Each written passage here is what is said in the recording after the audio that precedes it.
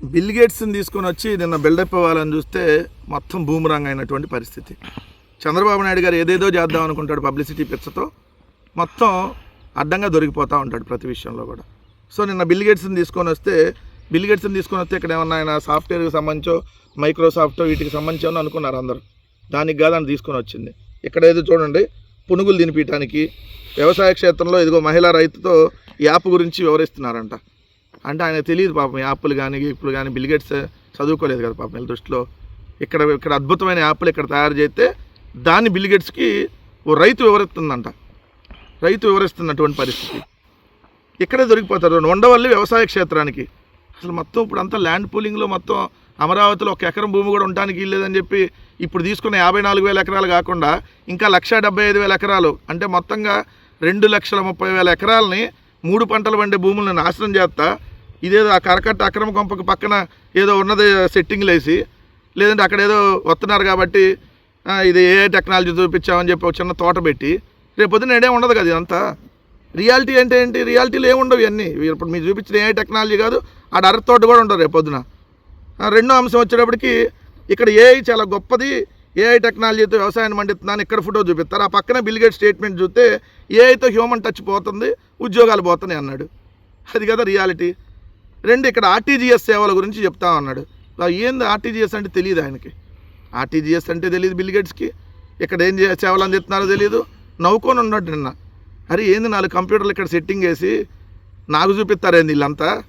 చంద్రబాబు నాయుడు గారు మీ మోందా తుఫాను ఇట్లానే మీ ఆర్టీజీఎస్ అప్పుడు చెప్పి ఏం చెప్పారు, ఆర్టీజీఎస్లో చూసి మొత్తం మోందా తుఫాను మోకరిల్లింది, మోందాని ఎగిరి తన్నాము, మోందాని పిసికేసాం, మోందా మీరు చెప్పిన దగ్గర కానీ ఇంకోసోటి తీరం దాటింది.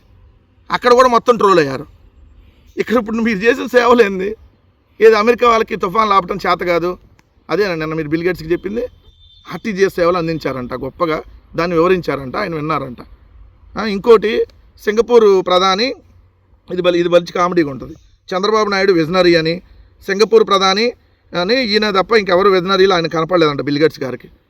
అదే కొలిక్పూడి శ్రీనివాసరావు గారిని అడిగితే చెప్పేవాళ్ళు. సింగపూర్ మంత్రి చెప్పాడంట చంద్రబాబు నాయుడు గారిని అయితే సింగపూర్లో అయితే జైల్లో కానీ పిచ్చాసుపత్రిలో కానీ పెడతారని. సో ఇదేనా విజనరీ అంటే? సో బిల్ గేట్స్ అన్నాడో లేదో తెలియదు కానీ మీరు మాత్రం పెద్దగా విజనరీ. అయినా బిల్ గేట్స్ మాట్లాడే ఇంగ్లీష్కి చంద్రబాబు నాయుడు గారు బట్టల ఇంగ్లీష్కి ఇక అర్థం కాదు కదా. బిల్ గేట్స్ గారికి అది అర్థం కాకపోతే నాకు తెలిసి ఎవరన్నా తెచ్చుకొని ఉంటారు ట్రాన్స్లేట్ చేయడానికి చంద్రబాబు నాయుడు మాట్లాడుతున్న ఇంగ్లీష్కి. అదే చంద్రబాబు నాయుడు ఇంగ్లీష్ ఎట్టుంటుందో నాకు తెలుసు కదా. ఇక్కడ మీరు చూస్తే వెంకటేశ్వర స్వామి గురించి చంద్రబాబు నాయుడు బిల్ గేట్స్కు ముఖ్యమంత్రి తిరుమల వెంకటేశ్వర స్వామి నిలువెత్తు చిత్రపటాన్ని చూపించారు.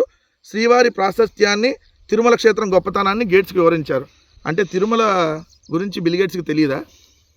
తిరుమల గురించి తెలియని మనిషి ఉన్నాడు నాకు తెలిసి.